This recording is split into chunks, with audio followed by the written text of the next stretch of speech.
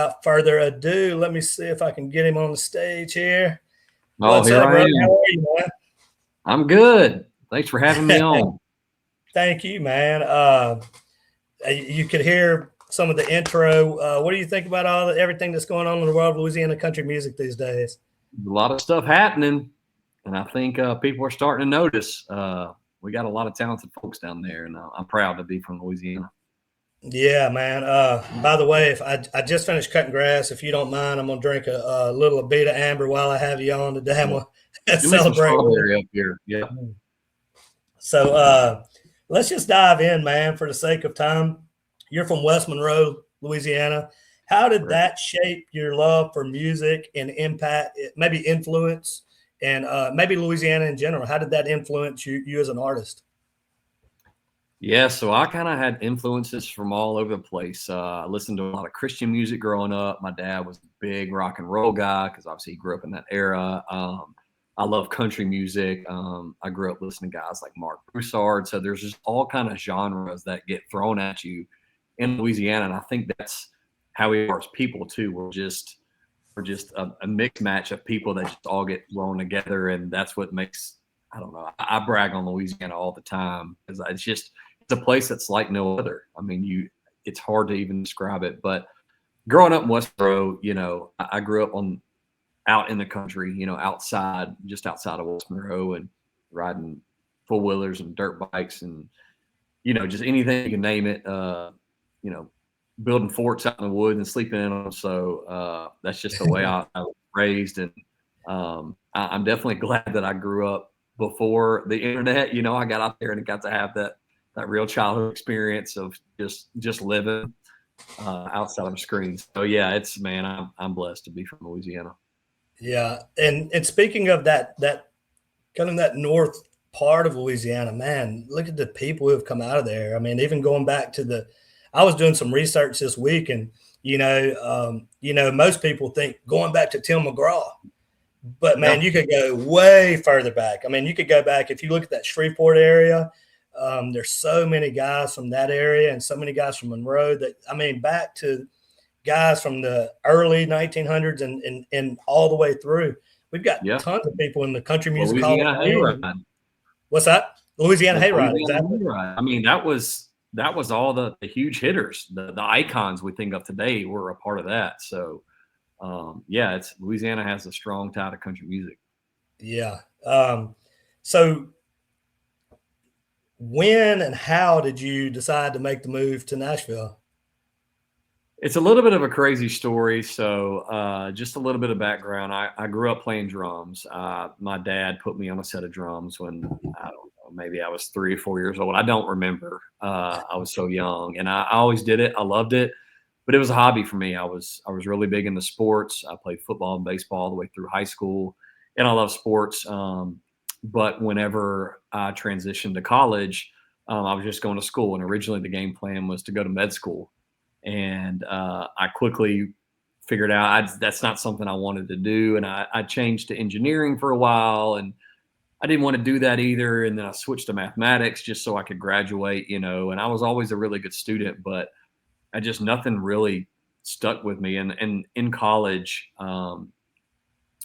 We were out at this bar called the Pickle Barrel, which is in Monroe, Louisiana, or was. I doubt it's even there anymore. But a buddy of mine was playing, and then one thing led to another, and we got asked to come play. And I didn't really play music at the time. I played drums, so my buddy Caleb played guitar, and he fronted the band. And he's like, "Hey man, you want to come play drums?" Like, yeah. So we just formed a band on the whim. I mean, a random drunk night at the Pickle Barrel, if you can believe it. Uh, that's a story in Louisiana right there. Uh, but yeah, it was kind of a random thing. And at that point in my life, I was kind of confused at the direction of my life. I'd always had a game plan, whether it be in med school or maybe law school or whatever it was. And then when that all came to an end, I was just kind of in this limbo. I was working in insurance, but during that time, we formed that band. And man, I remember as clear as day, the first time I stepped on stage behind that drum kit, I was like, this is it. This is what I got to do. And I didn't sing or play guitar at the time. I wasn't at that point in my career yet, but man, it just every day, that's all I could think of. So I was playing with them for about a year. And then after about a year of playing with those guys, I broke off and formed my own band because I'd started learning guitar and learned how to sing or sing. I don't know. At the time, I was terrible. I don't know why anybody convinced me to go to Nashville. But yeah, basically about a year and a half after I graduated college, I just found an apartment online and moved to Nashville. Never been, didn't have a single friend here. And it all kind of started as a random night at a bar. You know, we just formed a band on the whim. And now I'm 11 years in Nashville. Wow, man. Where'd you go to college, just out of curiosity? Started at Louisiana Tech, went there for 3.5 years, and then finished my degree at ULM. Okay. Okay. Yep. Cool. Um, so you shared the stage, it looks like, with Tim McGraw and Dylan Scott and a few of those guys. What was that like to kind of share, to be around It those was guys? it was amazing. I mean, Tim McGraw, if anybody that knows me knows that Tim McGraw is my musical hero. I mean, I've looked up to that guy ever since I can remember. You know, he put on that big show called Swamp Stock for years and Yeah. years in Yeah. Northeast Louisiana, and it was amazing. They had a celebrity softball game. I got to meet other heroes like Brett Favre and like some of these guys that were sports athletes, because Tim was friends with a lot of these athletes, and they'd have a big game, and it was a huge thing. I mean, every year that was what I looked forward to. And you know, I earned my spot on a stage that he happened to be headlining. After, I don't know, it was just probably 2022 or three. I can't remember off the top of my head now, but I was the opener that day. It was in Minnesota, and I played at noon, and he was obviously the headliner at like 9 or 9:30. uh, I happened to run into him backstage, and we just got to talking, and you know, just I mean, I just wanted to talk to him. You know, that was my hero, and one thing led to another. He's like, "Do you know the bridge to 'I Like It, I Love It'?" I was like, "Yes, sir." He's like, "Do you want to sing it with me?" And I said, I literally said, "Are you serious?"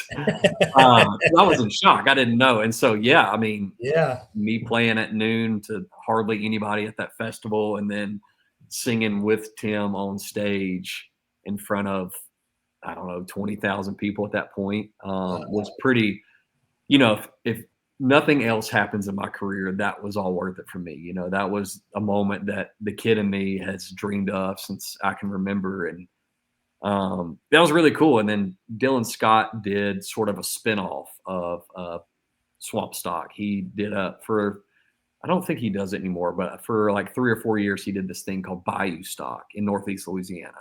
And so it was Okay. basically the same concept. And it was awesome. I don't know why he doesn't do it anymore. Maybe it's just been put on the back burner for now because he's so busy doing other things. But I'd love to see that come back around. It's Northeast Louisiana needs something like that. Dude, I remember growing up in Vidalia, a couple of hours away from you guys, and Yeah. everybody would be talking about Swamp Stop. My Yeah. parents never It took was me, but amazing. yeah, I just remember people talking about it all the time, and just thinking, how cool is that? Tim McGraw's a huge star, and I'm like, man, he's just throwing this little party, which is Yeah, it's so a big party in cool. the field, and I don't know. It's I don't really have very clear memories of it. I was so young when all that was going on, but I just Mhm. remember just being starstruck. You know, I was such a big Tim fan. I believe I was at the music video when he shot Down on the Farm in 1994. I was 5 years old. You know, so you know he's been a huge influence in my life. He grew up maybe 30 minutes down the road from where I was born and raised, and we graduated from the same college and that sort of thing. So I've Did he know always about the pickle barrel? I don't think the pickle barrel was there then. I think it was called Cooter Bay or something like that. I don't. I remember Cooter Bay Yeah, now. yeah. Okay, now I know where you're That at. was that was the generation before me. It was Cooter I Bay. remember I Cooter. think that's Okay, where he had his first album release too, or something. That was the I'm sh big. I'm showing you my age now. I Yeah, remember that. yeah. Yeah. So, but yeah, that's sort of the same. Pickle barrel is very similar to that bar. Okay. Um, this is something that Alex wanted to ask is how do you balance being an independent artist and trying to do everything, social media, writing, practicing, paying bills, like there's a million things you got to figure out. How do you balance that? It's hard. I fall short a lot of days, to be honest with you, because my heart is in the music and writing songs, and my heart is not in posting on social media. And I have a hard time doing that because I want to be my most authentic self. And I feel like sometimes on the internet, you're just trying to, you know, get people to share your video or click it or like it or whatever. And, Yeah. it's definitely finding that balance of being your most authentic self, but then also having to promote your music and that sort of thing. So it's definitely hard. I work downtown too, so I play a couple of nights a week. Um, playing 4-hour cover shows to help pay the bills, just so I can put out music. So it's definitely hard to do, but it'll all be worth it. As an independent artist, if you can build that fan base on your Yeah. own, and you get there and you get to reap all the rewards. So Yeah. Yeah. I mean, there's some others in Louisiana who have done that. And yeah, if you can pull that off, that's the way to go. It's yeah, all, for yeah. sure. But it is a struggle, man. And I think a lot of people don't understand how tough it is in the music business. To me, it's harder to make it in music than it is professional sports, because, a football team's got Mhm. 80 players on every team. I mean, there's not that many people in the music world. I mean, Yeah. it's tough, but No, you do no, it because you love it. that's true. I mean, when I first moved to town, I was going to 6 or 7 open mic nights a week, just trying to meet people. And there was a stretch where I was working as an electrician, or working under an electrician, and I was working from 5 a.m. to 3 p.m. And as soon as I get off, I'd either write or I'd have a show that night. And I was doing that 7 days a week. And, Mm. there was a lot of hard times, but, that's just, you do what you got to do to survive if you really want something to work. And you don't really worry about it. You just get up and do it. And, I told myself if there came a day I didn't want to do anymore, then I'll find something else to do. But, Yeah. it's what I love. So I just kind of look at it like that. And you just hit 1 million streams on Leaving Louisiana. So we're making some way here. We're got some things rolling, man. And I Yeah, have no doubt in you I'm that proud of that things are one. moving in the right direction, and you got all the talent in the world for sure. Um, before, do you mind playing a song for us in a minute? Yeah. Well, I can play Leaving Louisiana. Absolutely. Okay. Well, if you don't mind, before we get to that, a couple of hobbies you got outside of music. You're training for a marathon, and then I've been told that you have a pickle company. Yeah. So, yeah, I'm a jack of all trades, apparently. Well, I'll start off with a pickle thing because that was a little before the running journey. But um, essentially during COVID, I went back to Louisiana for, I don't know, 3 or 4 months during that initial period when the whole world got shut down. And then I got to move back to Nashville, probably in the summertime of 2020, roughly end of summer.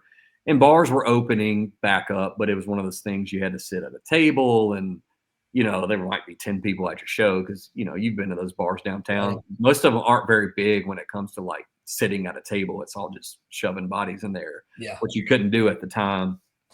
And so uh, for the longest time, I just always ate a sandwich for lunch and had a side of pickle. And so one thing led to another. I was like, you know what? I'm going to try my hand at making pickles. I had free time because things were kind of opening up and shutting down and open. It's back and forth every other day. So one thing led to another, and I started making pickles, and I still do. They're really good. I haven't made as many lately as I need to, but you know, I think they're the best pickle in country music. But I'm a little biased, but I am known as the pickle guy. I don't know if you could put that on a T-shirt or not. Yeah, I mean, there's one way to sell me right there.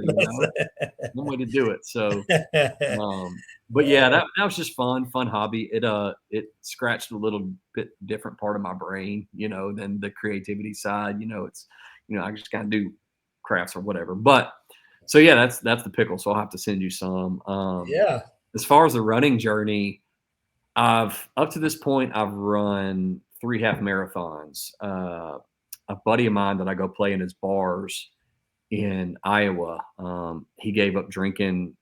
I don't know. It's been quite a while now, maybe a decade now. But part of his sobriety journey was running, and he became one of my best friends. And he ended up running the Leadville 100, which is a 100-mile race in Colorado, 50 miles up a mountain, 50 miles.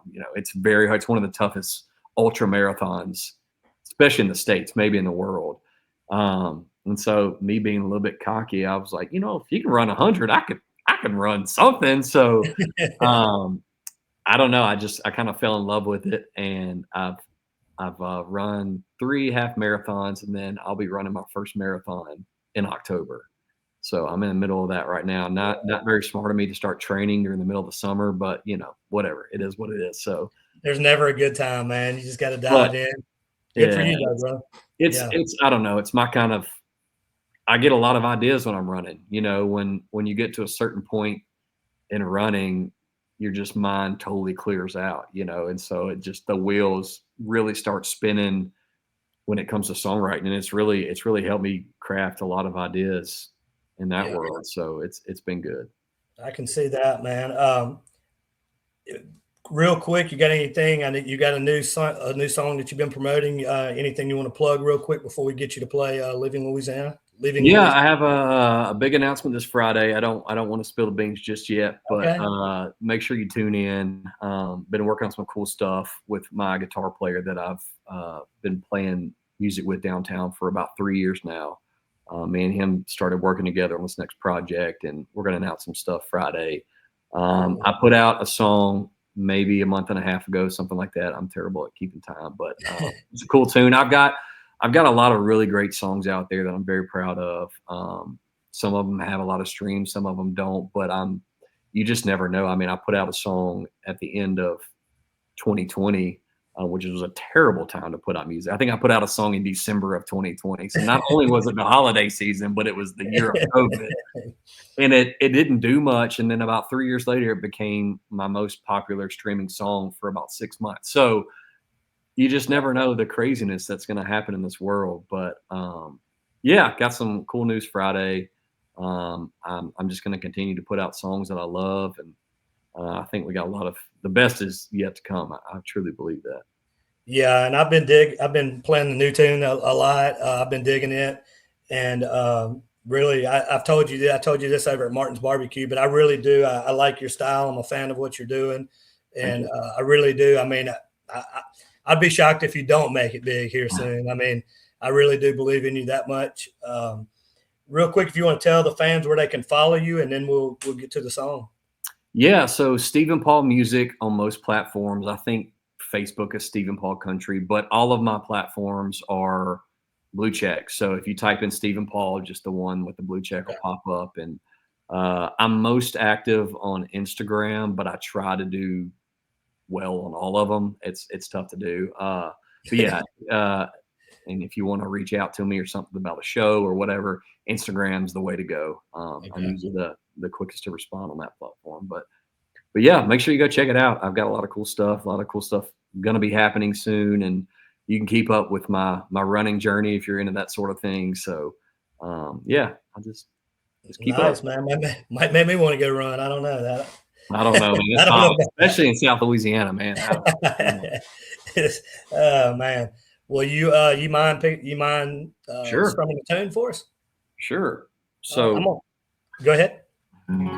oh, go ahead. What were you saying? No, I thought you were you about to say something about the song. Go ahead. Yeah, I was just gonna say I wrote it with Alex Smith, another Louisiana guy, partner in all this too. He's been helping to run all this, and um, this was actually the first day that we met. Believe it or not, we got set up on the right through a mutual friend, and uh, I walked in, and we were hanging out. We hit it off, and we both had similar stories moving to Nashville. We had both been in serious relationships, and had ended those prior to moving to Nashville, and then we moved it up here. So we had a lot of things to write about. And he brought this title, and he's like, "Hey man, you want to write the song called Leaving Louisiana?" And I was like, "Absolutely," didn't question it. And we put this song out in 2018, I believe, and it took 7 years, but it got to 1 million streams. So it's been a blessing of a song. This really is the song that, because I'd put out a record called Louisiana Heat before, an EP that had 6 songs on it, and that's a really cool record. But this was the first song that I put out that started to turn a few heads in Nashville. I was like, okay, what's this kid got going on? What's he doing? And it Yeah. got me a few meetings, that sort of thing. So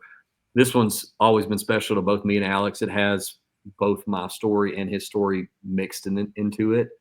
He changes a few words when he sings it, because I went to the Western Road Rebels, and I think his mascot were the Eagles. So like we switched it up a little bit, Yeah. but I'm lucky to be a part of this song with him, and I've written a lot of songs with Alex, so it's cool to finally get to that 1 million mark.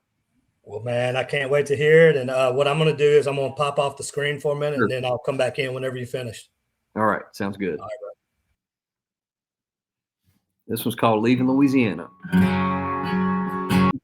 Yeah, you got an audience in-house too, man. You got an internet audience and an in-house audience. There That's right. I paid her to do that. That's my Well, girlfriend. man, She's my biggest supporter. I don't want to keep you all night. I appreciate your time, man.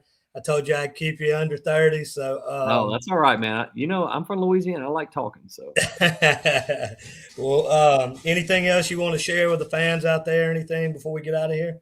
not that I can think of, but yeah, if you want to grab a hat or merch or any of that, just go to my website. Or if you want to keep up with my tour dates, like I said, I'm playing a lot downtown, but I do have some cool festivals coming up this fall. So just go to stephenpaulcountry.com and you can find everything about me, really.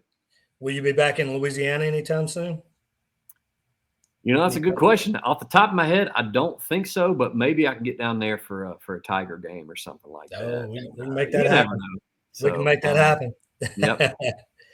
Well, man, I certainly appreciate you coming on tonight, and I'll see you Monday. I'll see you at our writers little writers retreat, a little Louisiana country music writer retreat. So yeah, that'll be fun. Thanks for having me on, Ronnie. Yeah, appreciate you, man, and we'll see you here soon. All right. All right, brother. All right, later. All right, man. I hope y'all enjoyed Stephen as much as I did. What a great song. Go to Spotify or wherever you're at. Stream it, share it. Great guy. Really great talent, and just one of the nice guys in country music. I want to thank you guys so much for hanging out with us tonight. Make sure to like, follow, and share. We're building this community, and it's going to be awesome, and it already is. The numbers are shooting up. So even if you didn't catch it live, hope you enjoyed it afterwards. And we'll see you next Tuesday night at 7 o'clock, same time, same place. God bless. We'll see you next week.